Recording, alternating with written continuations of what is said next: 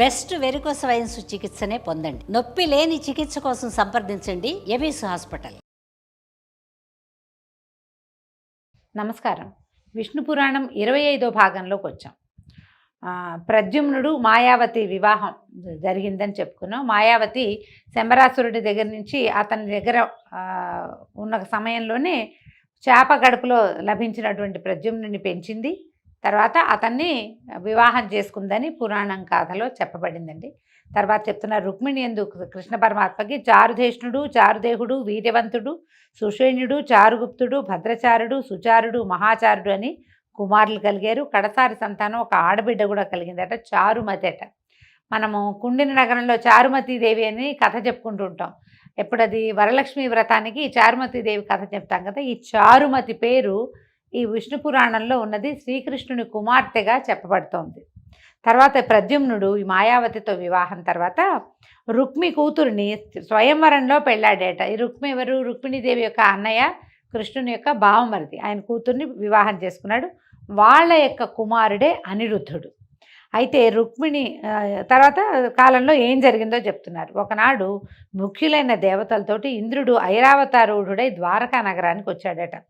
ఇంద్రుని రాక పురరక్షకుల చేత తెలుసుకున్నటువంటి కృష్ణుడు బలరామాదులతో వెళ్ళి ఆదరంగా ఆయన్ని ఎదుర్కొని తీసుకొచ్చి బంగారు గద్దె మీద ఇంద్రుడిని, సముచితమైన ఆసనాల మీద మిగిలిన దేవతలందరినీ కూర్చోబెట్టి ఆచారం ప్రకారంగా, భూలోకాచారం ప్రకారం మర్యాదలు చేశాడు. కృష్ణుడు ఆనందించి ఏమన్నాడంటే, దేవా, నువ్వు లోకాలకి క్షేమంకరుడివి, అలాగే భూలోకానికి క్షేమం కలిగించాలని యదువంశాన ఆవిర్భవించిన వైకుంఠనాథుడివి. నీ దయచేత కదా లోకాలన్నీ హాయిగా సంతోషంగా ఉంటున్నాయి తండ్రి. దేవతలు, సోమయాజులు యజ్ఞాంశాలను అగ్నిముఖాన ఆరగిస్తూ ఉంటారు. ఇప్పుడు ఆ అదృష్టం ప్రస్తుతం అంతరించిపోయింది. అది విషయం చెప్తున్నాను వినన్నారు. భూలోకంలో జరిగే యజ్ఞయాగాదులన్నిటిలోంచి ఇక్కడ వేసిన హవ్యాన్ని ఏ దేవత పేరుతోటి హవ్యాన్ని అగ్నిహోత్రుడికి సమర్పిస్తారో అగ్నిహోత్రుడు తన వంతు ఉంచుకుని మిగిలిన వాళ్ళ యజ్ఞ భాగాలని ఎవరి పేరు మీద వేసింది వాళ్ళకి అప్పచెప్పటం విధి. పేర్లు చెప్పకపోయినా అప్పగించవలసిన దైవాలు కూడా కొంతమంది ఉన్నారు. వాళ్ళకి ఇచ్చేసేయాలన్నమాట. ఇప్పుడు ఆ అవకాశం తగ్గిపోయిందట. భూమి యొక్క పుత్రుడు నరకాసురుడు తనలాంటి దుష్టదైత్యులతో ప్రాగ్జ్యోతిష్యం అనే నగరంలో ఉన్నాడు. లోకాలను రకరకాల దుశ్చేష్టలతోటి ఏడిపిస్తున్నాడు. తానే యజ్ఞపురుషుణ్ణని, యజ్ఞభాగం తనకే ఇవ్వాలని శాసిస్తూ యజ్ఞాలే సాగనివ్వకుండా చేస్తున్నాడు. అందమైన కన్య కంటపడితే ముందు వెనకలు ఆలోచించకుండా బలాత్కరించి ఎత్తుకుపోతున్నాడు. అలా ఎందరినో ఎత్తుకుపోయి ప్రాగ్జ్యోతిష్యపురంలో అనేకమైన భవనాలలో దాచిపెడుతున్నాడు. సిద్ధసాధ్యాదులను కూడా అసాధ్యమైన పరాక్రమ ప్రభావంతో దిక్కుదారి లేకుండా చేసేసాడు. జలాన్ని ఇచ్చేటువంటి వరుణుడి యొక్క తెల్లటి పట్టుగొడుగుని, దివ్యరత్నమణిమయమైనటువంటి మందరగిరి యొక్క శిఖరాన్ని, అమృతమూర్తులైన మా తల్లి కుండలాలను కూడా, అదితి కుండలాలను కూడా ఎత్తుపోయాడు. నా రాజ్యానికి ప్రధానమైన ఐరావతాన్ని కూడా మాయం చేయడానికి చూస్తున్నాడని మాకు అని చెప్తారు కదా, అలాంటిది ఒక చారుల ద్వారా వార్త వచ్చింది. ఈ దుష్ట నిగ్రహము శిష్టానుగ్రహము చేసేవాడేవు కనుక నీకు తెలియజేయవలసి వచ్చింది నాయన. దయచేసి వాళ్ళ వలన లోకానికి ఎలాంటి ఉపద్రవము కలగకుండా చెయ్యి అని నేను నిన్ను విన్నవించుకోవడానికి వచ్చాను అనగానే కృష్ణుడు కనికరించి ఓదార్పుగా ఇంద్రుడు చేయి పట్టుకుని నేను చూస్తానన్నాడు. ఏం చెప్తున్నాడంటే, మన మనసులో విచారానికి చోటు ఇవ్వకు, లోకాలన్నీ తోడు తెచ్చుకుని అయినా సరే ఈ రణరంగంలో ఈ దుష్ట రాక్షసుని సంహరిస్తాను. వాడి వల్ల ఏర్పడినటువంటి అగచాట్లు, భూమి మీద ఏర్పడిన అగచాట్లు, మీ దేవలోకంలోకి వస్తున్నటువంటి ఇక్కట్లు, దేవదేవులందరికీ కలుగుతున్నటువంటి అగచాట్లు అన్నిటినీ నేను తీరుస్తాను అని చెప్పాడు. చెప్పాక సరే దాంతో సంతోషించి ఇంద్రుడు తన దారిని తను వెళ్తే, కృష్ణుడు ఏం చేశాడట, గరుత్మంతుడిని తలుచుకుని గరుడ వాహనారూఢుడై సత్యభామతో కలిసి వెళ్ళాడట యుద్ధానికి. ఈ ఇంద్రుడు కూడా ఐరావతారూఢుడై ఆయన్ని అనుసరించాడు. తర్వాత అందరూ కలిసి ఇక్కడి నుంచి ప్రాగ్జ్యోతిష్యపురానికి వెళ్ళారట. ఇంద్రుడు కృష్ణుడితో చెప్పేసి అక్కడ దాకా వీళ్ళని తీసుకెళ్లి యుద్ధానికి దిగబెడిచి ఇంద్రుడు వెళ్ళిపోయాడు. అప్పుడు కృష్ణుడు నగరవాసులైన రాక్షసులకి భయంకరంగా శంఖం పూరించాడట. శంఖధ్వనికే చాలామంది చచ్చిపోయారట. నరకుడు మురుణ్ణి, హయగ్రీవుణ్ణి తగిన సేన తోడుగా యుద్ధానికి పంపించాడు. మురాసురుడు, హయగ్రీవుడు అనే అసురుల్ని పంపించాడట. వాళ్ళు వచ్చి కృష్ణుడితో పోరాడి తమ అనుచరులతో సహా కృష్ణుని యొక్క ఆయుధాగ్ని జ్వాలలకి ఆహుతైపోయారు.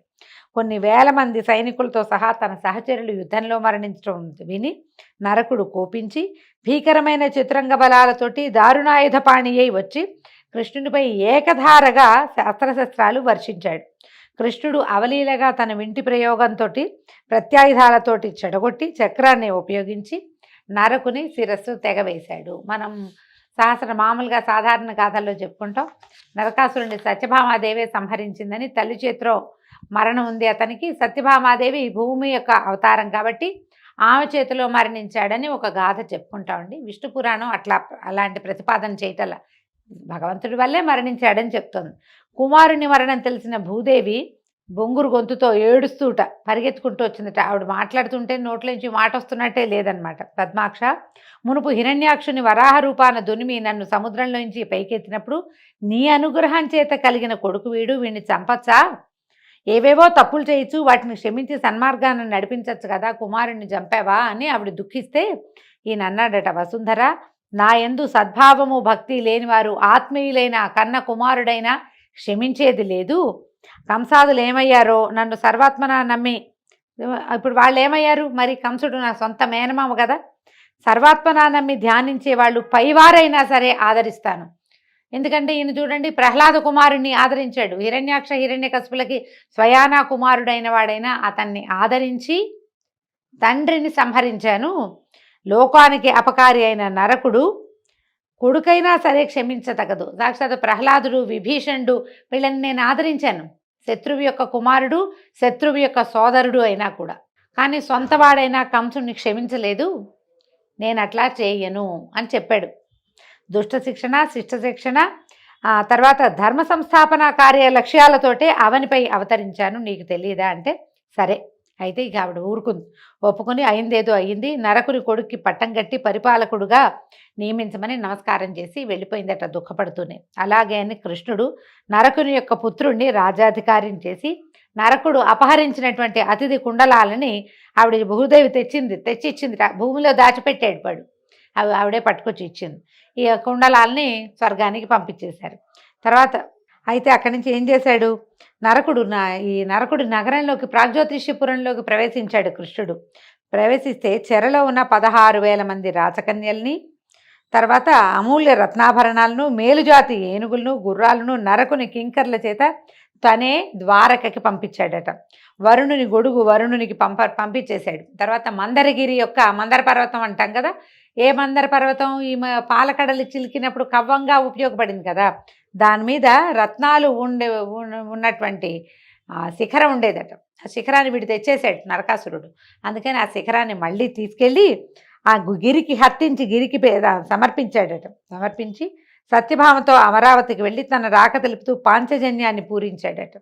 ఈ ధ్వని విని గ్రహించి ఇంద్రుడు ఆనందంగా ఎదురొచ్చి స్వాగతం పలికి లోపలికి తీసుకుపోయి తన బృహస్పతి చేత అర్ఘ్యపాద్యాదులు ఇప్పించాడట. కాసేపు వివిధ విషయాలు మాట్లాడుకున్నాక అతిథి యొక్క కుండలాలని తనే స్వయంగా సమర్పించాలని వచ్చానని చెప్పాడు. చెప్తే సరే ఆమె దగ్గరికి తీసుకెళ్ళి ఆమెకు నమస్కారం చేసి, నరకాసురుడు మరణించాడమ్మా అని చెప్పి ఇదిగో అని ఆభరణాలు ఆవిడకి ఇచ్చేసరికల్లా ఆవిడ కుమారుడిగా ఉన్నాడు. నేను ఉపేంద్రుడిగా అతిథికి కుమారుడిగా జన్మించాడు. అయినా సరే ఆవిడ పరిపరి విధాలుగా నన్ను యందు దయించి నువ్వే స్వయంగా నా దగ్గరికి వచ్చావని ఎన్నో విధాల స్తుతించిందట.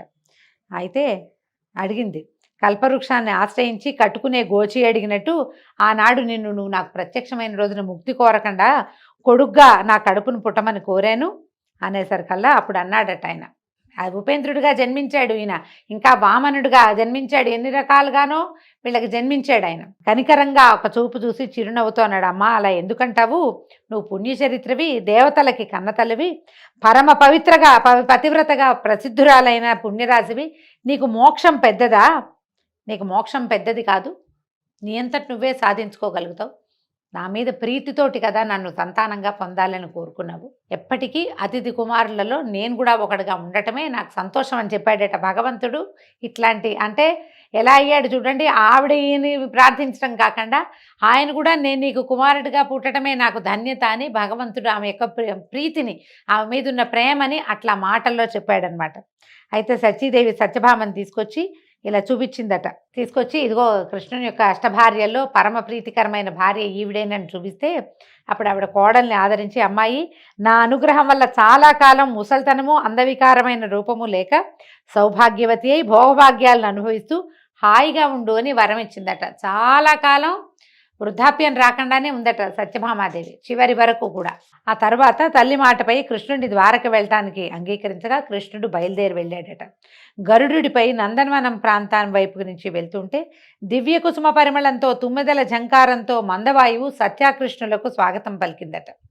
సత్య ఆనందంగా ఆశ్చర్యంగా ఆ దివ్యవనం దాంట్లో ఉన్న పారిజాత వృక్షాన్ని చూసి ఇలా అన్నదట, ఈ పారిజాతం ఈ నందనవనానికే దివ్యాలంకారంగా ఉంది కదా, తరగని కమ్మని తావితో ఉండే ఈ పారిజాత కుసుమాలు నిత్యము సఖులు తాను కొప్పును ధరిస్తూ ఉన్నటువంటి ఈ ఇంద్రసుందరైన ఈ సచీదేవి ఎంత అదృష్టవంతురాలు, ఇంద్రుని కన్నా మిన్నగా భోగాలు ఇచ్చేవాడివి నువ్వేనని అందరూ చెప్పుకోవటమే కానీ నీ భార్యనైన నాకు ఆ ఇంద్రుని భార్యకి లభించే భోగం లభించట్లేదు.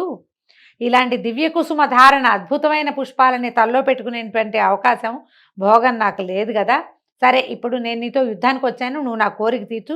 ఈ పారిజాత వృక్షాన్ని తీసుకుపోయి నా మేడ పెరట్లో నాటితే ప్రతిదినము చెలికత్తెలు ఈ పువ్వులు పెట్టి నా కొప్పులో ముడుస్తుంటే నాకు కలిగే సంతోషము సంతృప్తి మామూలు కాదు కదా. అప్పుడప్పుడు రుక్మిణి జాంబవతి మొదలైన నా సౌతులకు కూడా పళ్ళాలతో ఇన్ని పువ్వులు పంపిస్తూ ఉంటాను. వాళ్ళు అవి తీసుకుని నా ఆధిక్యానికి వాళ్ళు సిగ్గుపడాలి. మరి నా కోరిక తీర్చు. ఇంకా నీకు నా మీద ప్రత్యేకమైన ప్రేమ ఉన్నట్టు నేను నమ్ముతాను నువ్వు ఈ పని చేస్తే అనేసరికల్లా ఈయన ఏం చేశాడట, కృష్ణ పరమాత్మ కథ చూడండి ఎలా మారిందో. ఇక్కడ ఆ నందనవనంలోకి ప్రవేశించి సమూలంగా ఆ వృక్షాన్ని ఇట్లా కౌగిట పట్టుకున్నాడట. ఒక చేత్తో బాహుతోటి చుట్టి పట్టుకుని సత్యభామని లేవదీసినంత సులువుగా ఈ దివ్య పారిజాత వృక్షాన్ని లేవదీయబోయాడట.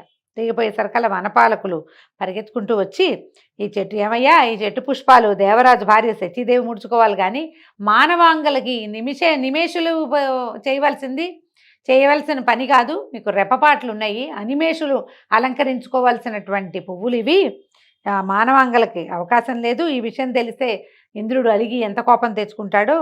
ఆయనతో స్నేహం కావాలంటే ఈ చెట్టు వైపుకి తల తిప్పి కూడా చూడొద్దు, నువ్వు మీ దారిని మీరు వెళ్ళండి, ప్రయాణమై వెళ్తున్న వాళ్ళు అనగానే కృష్ణుడు నవ్వాడట.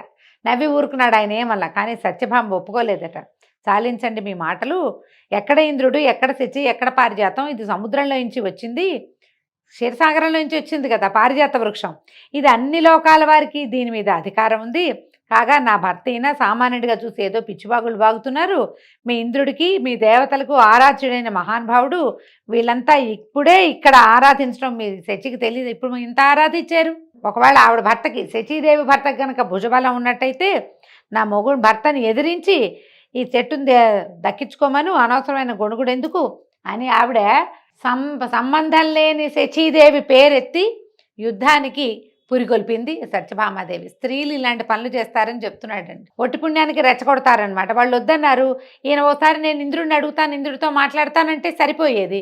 కానీ ఇప్పుడు ఒప్పుకోలేదు. మా ఆయన తక్కువ అనుకున్నావా, ఆయన చాలా లోకపాలకుడు, వీళ్ళందరినీ మావాయడే రక్షించాడు, ఆవిడెవరు కావాలంటే ఆవిడని అలా చేయమని, ఈ పువ్వులు కావాలంటేనని రెచ్చగొట్టి వదిలిపెట్టింది. ఈ వనపాలకులు పరిగెత్తుకుంటూ వెళ్ళి సత్యాదేవి ఏమందో శచీదేవికి చెప్పారు. చెప్పగానే ఆవిడ కోపించి భర్తకి చెప్పింది.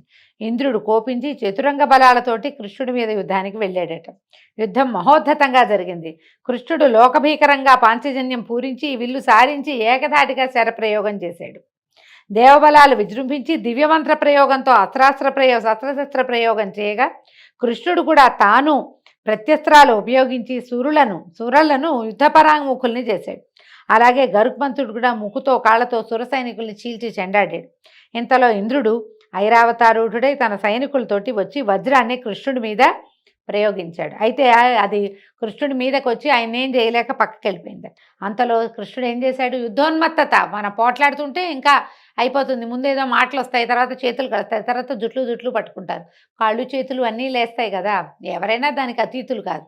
ఎప్పుడైతే ఈ వజ్రం తన మీదకి ప్రయోగించబడిందో కృష్ణుడు చక్రం తీశాడట. లోకం అంతా ఆక్రోశించింది. ఆ విషయం తెలిసి శచీదేవి పరుగునొచ్చి శిరసు వంచి చేతులు జోడించి నమస్కారం చేసి పరిపరి విధాలుగా ప్రార్థించిందట. బతిమలాడింది, నాది దేవపతి తప్పులు పట్టించుకోవద్దు, నాకు దయచేసి పతిభిక్ష ప్రసాదించు అని వినయంతో భక్తిభావంతో నమస్కారం చేసింది. శచీదేవి ప్రార్థనలకి కృష్ణుడు ప్రసన్నుడై ఆదరించాడు. అలాగే చల్లని చూపులతో ఇంద్రుడిని కూడా ఆదరించన్నాడు. ఇంద్ర, అంత కోపంతో ఎందుకు వచ్చావు? ఈ చెట్టు నాదైతే నీ సంపదకి ఏమైనా లోపమా? దీని పువ్వులు సత్యభామకి మనోహరాలు, వాటి కోసమే ఈ పని జరిగింది. దీన్ని ద్వారకకి తీసుకుపోతాను. ఆమె కోరిక తీర్చాలి, ఎందుకంటే ఆమె యుద్ధానికి వచ్చింది నాతో పాటు. వనపాలకులు చెప్పింది విని ఆలోచించక ఇంత కోపంతో యుద్ధానికి వచ్చావు, ఇదేం పని అని అడిగేసరికల్లా అప్పుడు ఇంద్రుడు చెప్పాడట, వాస్తేవా, మానవ లోకంలో ఉండవలసింది కాదు ఈ వృక్షము, నిజానికి ఇది దివ్య వృక్షం.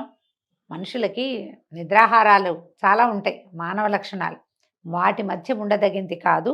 నీ మాట కాదనిలేక అంగీకరిస్తున్నాను, తీసుకెళ్ళు. నీ అవతార సమాప్తి అయిన వెంటనే ఈ చెట్టు నందనవనానికి చేరాలి, అలాగే అగ్గాక అని అడిగేసరికల్లా కృష్ణుడు కూడా తథాస్తు అన్నాడు. నా అవతార పరిసమాప్తి తర్వాత ఆయుధాలు అన్నీ స్వస్థానాన్ని చేరుకుంటే, అలాగే పారిజాత వృక్షం కూడా స్వస్థానానికి చేరుకుంటుందని అభయం ఇచ్చి ఆ పారిజాత వృక్షంతో భూలోకంలోకి వచ్చాడు. ద్వారకా నగరానికి ప్రవేశించి తర్వాత ఆ చెట్టుని సత్యభామ ఇంటనున్న ఉద్యానవనం నడుమ ప్రతిష్ఠించారు. దీనికి మన వాళ్ళు కొంచెం కల్పితం ఏం చేశారంటే, ఆ ఒక పువ్వుని నారదుడు తెచ్చినట్టు, అది కృష్ణుడు రుక్మిణీదేవికి ఇచ్చినట్టు, దాంతో అవి రెండో ఆవిడకి కోపం వచ్చి నాకు ఆ చెట్టు కావాల్సిందే అన్నట్టు ఈయన యుద్ధానికి వెళ్ళినట్టు. అయితే ఇక్కడ కథలో పురాణంలో ఏం చెప్తారంటే, ప్రాగ్జ్యోతిష్యపురం నుంచి అదితి కుండలాలు తీసుకునే కృష్ణ పరమాత్మ వెళ్ళినప్పుడే ఇది జరిగిందని చెప్పబడింది. యుద్ధం మాత్రం అలాగే ఉంది. అయితే నరకుని నగరంలో ఉన్న తను తీసుకొచ్చిన 16,000 కన్యకలన్నీ కూడా సుముహూర్తాన పరిగ్రహించి వారికి వేరువేరుగా భవనాలు, ఆహార పదార్థాలు, దాసదాసీజనం, అంబరాభరణాలు సమృద్ధిగా కలిగించి అందరికీ అన్ని రూపాలతోటి కూడా కృష్ణ పరమాత్మ ఆనందాన్ని కలగజేస్తూనే ఉన్నాడట. కొంతకాలానికి ఆ కాంతలైందు 32,200 మంది కుమారులు జన్మించారట. అలాగే రుక్మిణికి ప్రద్యుమ్నాదులు, సత్యభామకు భానుకాదులు, జాంబవతికి సాంబాదులు, నాగ్నజితికి భానువిందాదులు, ఇట్లా మహిషుల యందు కూడా 8 మంది భార్యల యందు కూడా కృష్ణుడు ఆనందంగా సంతానంతో కాలక్షేపం చేస్తూ ఉన్నాడు. బలి కుమారుడైనటువంటి బాణాసురుడు శంకరుని గూర్చి తపస్సు చేయగా శంకరుడు ప్రత్యక్షమై వాడికి కోరిన వరాన్ని ఇస్తాననేసరికి నా నగరానికి పాలకుడుగా ఉండమని బాణాసురుడు పరమేశ్వరుని కోరుకున్నాడు. 1000 చేతులు కౌమారత్వము వాడి ముఖ్య వరాలు. అందులో ఏమిటి, బాణాసురుడికి 1000 చేతులు అంటున్నారు, కానీ మనకు తెలిసింది 10 చేతులు బాణాసురుడికి అని చాలా కథల్లో వింటామండి. కౌమారత్వం ఎప్పుడూ యవనవంతుడిగా ఉండే వరాన్ని పొందాడట. బాణుడు అసురనాయకుడై శోణపురం రాజధానిగా చేసుకుని అందుండి తన రాజ్యాన్ని నడుపుకునేవాడు. వాడిని ఎవ్వరూ ఎదిరించలేక ఎక్కడెక్కడ ఉన్న రాక్షసులు వచ్చి బహుమతులిచ్చి అతనికి సహచరులుగాను అనుచరులుగాను అయిపోయారు. క్రమంగా పేరు ప్రఖ్యాతి కలిగినటువంటి బాణునికి గర్వముదిరి యుద్ధకాంక్షతో ఇంటి దగ్గర నుంచి బయలుదేరి తన పురరక్షకుడుగా ఉన్నటువంటి శంకరుని వద్దకు వెళ్ళి ఇట్లా అన్నాడట, త్రిపురాంతక 1000 చేతులు అసాధారణమైన భుజబలము ప్రసాదించావు, యుద్ధం చేద్దామంటే ఎవడూ కనపడ్డాయే, చేతుల తీరేమో దుర్భరంగా ఉంది, తీటగా ఉంది చేతుల తీట వీడికి, దయచేసి యుద్ధానికి సిద్ధపడవలసింది అని అనేసరికల్లా ఈ బాణాసురుడి ప్రగల్భ వాక్కులు విని పార్వతీదేవి అందుట, బాణా కొంచెం ఓర్చుకో, నీ మయూరకేతనం కింద పడగా నీ కోరిక తీరే ఘోర రణం సంప్రాప్తం అవుతుంది, పో వెనక్కి అని చెప్పిందట.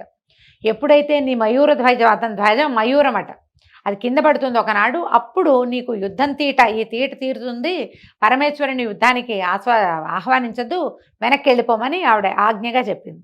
సరేనని బాణాసురుడు ఏం చేశాడు, లోపలికి నగరంలోకి వెళ్ళిపోయాడు. రోజు ఆ దానికేసి చూస్తుండేవాడట, జెండా కేసి, ఎప్పుడు జెండా పడుతుందా, ఎప్పుడు యుద్ధం చేద్దామా అని. ఇలా ఉండగా మయూర ధ్వజం ఒకనాడు నేల కూలిపోయిందట. చూసి బాణుడు సంతోషించాడు. పార్వతీ సహితుడై పరమేశ్వరుడు సురాసుర కాంతలతోటి ఉద్యానవనంలో విహరిస్తున్నారట.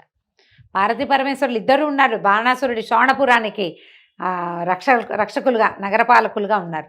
ఈ బాణుడి కూతురైనటువంటి ఉషాకుమారి నాకు ఇంకా పతి రాలేదు, నాకు భర్త లభించలేదని గౌరీదేవి దగ్గర చెప్పిందట. చెప్తే గౌరీదేవి పార్వతీదేవి చెప్పింది, బాల, వైశాఖ శుద్ధ ద్వాదశి నాటి రాత్రి కలలో నిన్ను కలసి అలరించిన వాడు నీ పతి అవుతాడు అని వరం ఇచ్చేసరికల్లా ఈ అమ్మాయి చాలా ఆనందించింది. కాగా గౌరీదేవి చెప్పిన నాటి రాత్రి అపరమన్మతుడైన యువకుడు ఒకడు నిద్రలో కనపడి ఉషతో శృంగార విలాసాలతోటి పాల్గొని ఆమెను అలరించి అదృశ్యుడైపోయాడట. తెలివి వచ్చిన ఉష తన శరీర పరిస్థితిని చూసుకుంది. అయితే అమ్మాయి తెలుసుకుంది ఇదేంటంటే కలలో జరిగినా కూడా నిజంగా జరిగిన లాంటి భావాలలో ఉన్నదన్నమాట. కాబట్టి ఈ నేటి రాత్రి కలలో కనిపించిన వాడే నా నాథుడు, నా పతి కావాలి, ఇది ఎట్లా ఈ పని ఎలా కుదురుతుంది అని ఆలోచించి ఈ మహామంత్రిగా ఉన్నటువంటి కుంభాండు అనేవాడికి ఒక కూతురు ఉందట, చిత్రరేఖ. ఆ చిత్రరేఖను పిలిచి, వీళ్ళిద్దరు బాగా స్నేహితులు, ఒకళ్ళకొకళ్ళు పంచప్రాణాలు ఇచ్చుకోగలరు అనమాట. పిలిచి, నాకు రాత్రి ఒక కల వచ్చింది, ఎంతో అందంగా ఉన్న ఒక పురుషుడు నాతోటి కలిసి ఉన్నాడు, నాకు అతను కావాలని అడిగింది. అడిగేసరికల్లా చిత్రరేఖ అంది, దానికి అంత ఆలోచించడానికి ఏమిటి, నేను ఉండటం ఎందుకు, ముల్లోకాల్లో ఉన్నటువంటి ప్రసిద్ధులైన అందగాళ్ళైన యువకుల పటాలు తెస్తా, వాళ్ళల్లో నువ్వు ఎవరితోటి నువ్వు కలిసి ఎవరిని నీకు అనిపించిందో అతనికి చెప్పు, నేను వాడిని తీసుకొస్తానండి. అయితే ఈవిడ ఏం చేసింది, అందరివి చిత్రపటాలు రాసి పట్టుకొచ్చి ఇచ్చింది. ఈ అమ్మాయి ముందు ఉషాదేవి ముందు స్వర్గంలో ఉండే యువకులందరినీ చూసింది, తర్వాత పాతాళంలో వాళ్ళని చూసి అవేవి కాదని పడేసింది పక్కన. చివరికి మానవలోక యువకుల్ని పరిశీలిస్తూ ఈ ద్వారక అనిరుద్ధుడు అంతఃపుర సమాచారం తెలుసుకుని చూపించింది. అనిరుద్ధుడు అనేవాడు ఒకడున్నాడు. వీడెవడు అనిరుద్ధుడు? ప్రద్యుమ్నుని కుమారుడు. ప్రద్యుమ్నుడు శ్రీకృష్ణుడు రుక్మిణీదేవి యొక్క కుమారుడు. అప్పుడు శంబరాసురుడికి దొరికాడు కదా, అతను అనమాట, అతని కుమారుడైన అనిరుద్ధుడు. చెప్పేసరికల్ ఈ చిత్రలేఖ చూపిస్తే, అబ్బో గడుస్తానివి, నువ్వు అదృష్టంతరాలు, నిజంగానే నవమన్మథుడు అని చెప్పి రాత్రికి రాత్రి ఆకాశ మార్గాన ద్వారకకి వెళ్ళి రాక్షసమాయితోటి అనిరుద్ధని భవనంలో ప్రవేశించి నిద్రలో ఉన్న అతనిని తన మాయతోటి బంధించి గాల్లో తీసుకొచ్చి ఉషకప్పచెప్పింది. తర్వాత ఈ అనిరుద్ధుడు అంతఃపురం చేరాడు. అక్కడ ఒక అందమైన అమ్మాయి ఉంది, నువ్వు నా కల్లో కనపడ్డావు, అందుకని నేను నిన్ను తెప్పించానని చెప్పింది. వాళ్ళిద్దరూ హాయిగా కులసాగా కాలక్షేపం చేయటం మొదలుపెట్టారు. కొన్ని రోజులు అయ్యేసరికల్లా ఏమైంది, ఈ బాణాసురుడికి కన్యాంతఃపురంలో అన్యపురుషుడు ఎవడో ఉన్నాడని తెలిసిపోయింది. కొంతమంది భటుల్ని పంపించాడు. ముందు అనిరుద్ధుడు ఖడ్గపాణి అయి విజృంభించి బాణుని వీరభటులను యమపురికి పంపించేసరికల్లా బాణుడు ఏం చేశాడు, ఆయనే డైరెక్ట్గా యుద్ధానికి వచ్చి సరాసరి యుద్ధం నేరుగా యుద్ధం చేసి నిశితాస్త్ర ప్రయోగాలను వెలయించి నాగపాశ బద్ధుని చేసి కూతురుతో సహా అనిరుద్ధుని చెరసాలలో పడేశాడట. అయితే ఇక్కడ ఏమైంది, ఈ కుర్రాడు ఎక్కడికో వెళ్ళాడు అనుకుంటున్నారు వాళ్ళు. ఎక్కడికి వెళ్ళాడో, మాయమయ్యాడు, ఎక్కడికి వెళ్ళాడో తెలీదు. యువకుడు ఏదో వేటాసక్తికో ఏదైనా ఇంకో కన్యాన్వేషణకో వెళ్ళాడు అనుకున్నారు. ఇక్కడ ఏదో ప్రమాదం జరుగుంటుందని వాళ్ళు ఊహించలే. నారదుడు కలహాసనుడు ముందు కథల్లో కూడా చెప్పుకున్నాం మనం.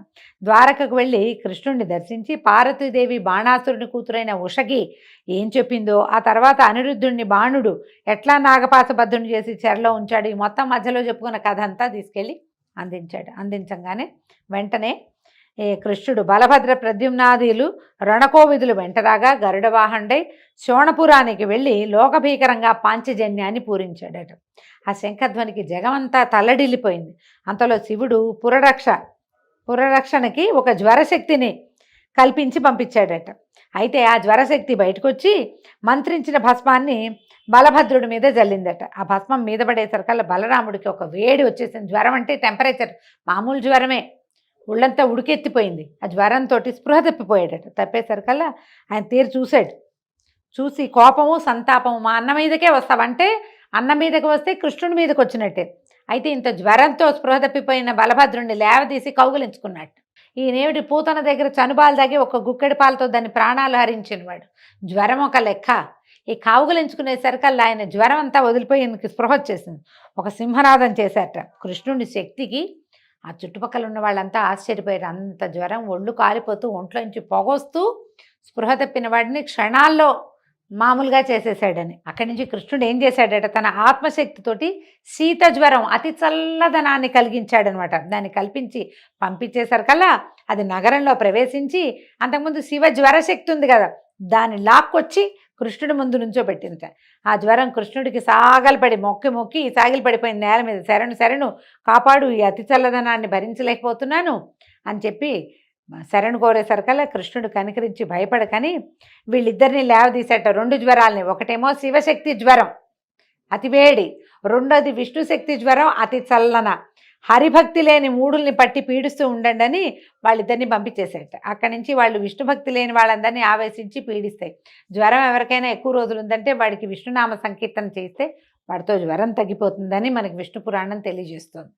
తర్వాత బాణాసురుని ఆజ్ఞను అనుసరించి దైత్య వీరభటులు శస్త్రాస్త్రపాణులై వచ్చి ఎదిరించగా కృష్ణ బలరాములు నిశితాస్త్ర జ్వాలామాలలతో దైత్యసేనని మొత్తం స్వరూపమే లేకుండా చేసేసాయట.